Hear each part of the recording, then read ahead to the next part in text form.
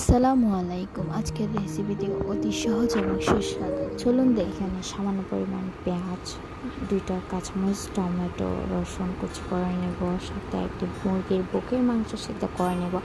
এখানে 3টি বড় বড় আলু একদম সুন্দর করে কুচি করে সুন্দর করে ধুয়ে পানি জড়াতে দিলাম। দেখতে পাচ্ছেন আপনারা কতটা ঝরঝরে হয়ে আছে। এখন আমরা নেব হাফ কাপের মতো চানা বুট। তো দেখতেই পাচ্ছেন চানা বুটগুলো সুন্দর করে সেদ্ধ করে নেব আমরা। এখন আমরা সামান্য আদা নিয়ে তখন রান্নার পর্যায়ে চলে যাব।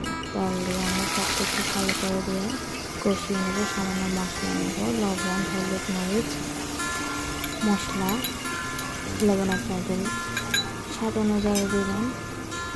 সবগুলো সুন্দর করে কষানোর পর এখন আমরা কী করবো, ভালোভাবে কষিয়ে নেব। কষানোর পর আমরা মাংসটাও মিহি করে রাখলাম। আমরা এখন এই পর্যায়ে আলুগুলো দিয়ে দেবো। আলুগুলো দিয়ে ভালো করে কষিয়ে নিতে হবে যাতে সুন্দর করে মশলার ফ্লেভারটা আসে। একটু চাল ফ্লেভার বানাবো একটু ভুলে গেছি আমি পরে দিচ্ছি। আর একটু মশলা দেবেন স্বাদ বাড়ানোর জন্য।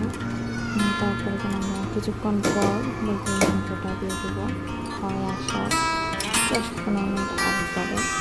তো আমরা এগুলো ভালো করে মিশিয়ে নেব যাতে মশলার ফ্লেভারটা মাংসতে ভালো করে মিশে যায় এবং আমরা নিচ দিয়ে যাতে লেগে আছে এটা একটু লক্ষ্য রাখতে হবে আপনাদেরকে। বেশ কিছুক্ষণ নাড়াচাড়া করার পর রান্নাটা কমপ্লিট। তার সাথে একটি ডো রেডি করে নিয়েছি আমি।